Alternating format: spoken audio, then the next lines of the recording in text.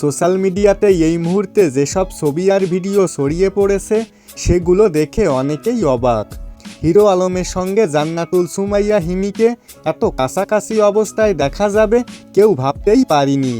ভিডিওতে দেখা যাচ্ছে দুজনের মাঝে এক ধরনের ঘনিষ্ঠতা, যা দেখে অনেকেই বলছে এবার বুঝি নতুন সম্পর্কের দিকে এগিয়ে যাচ্ছে। এমন অবস্থায় নিলয় আলমগীরের নামও জড়িয়ে যাচ্ছে এই আলোচনায়। বেশ কিছু পেজ দাবি করছে হিরো আলমের সঙ্গে হিমির এই দৃশ্য নিলয়কে নাকি ভীষণভাবে আহত করেছে। কেউ কেউ তো এমনও লিখেছে নিলয় নাকি এই বিষয়ে মন্তব্য করতে বাধ্য হয়েছেন এবং ভেতরে ভেতরে অনেক ক্ষোভ জমা হয়েছে তার। আর ঠিক তখনই শুরু হয় আরেক প্রশ্ন, তাহলে কি শেষ পর্যন্ত হিরো আলমকে বেছে নিলেন জান্নাতুল সুমাইয়া হিমি? এই প্রশ্নে এখন উত্তাল নেট দুনিয়া, কিন্তু এখন আসল সত্যটা জানা জরুরি। তবে ভাইরাল হওয়া ছবি আর ভিডিও এসেছে একটি নাটকের শুটিংয়ের সেট থেকে।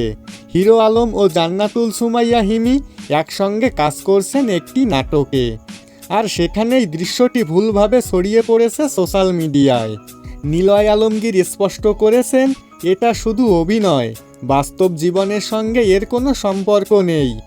অর্থাৎ শেষ পর্যন্ত হিরো আলমকে পাওয়া নয়, এটা পুরোপুরি একটি নাটকের গল্প।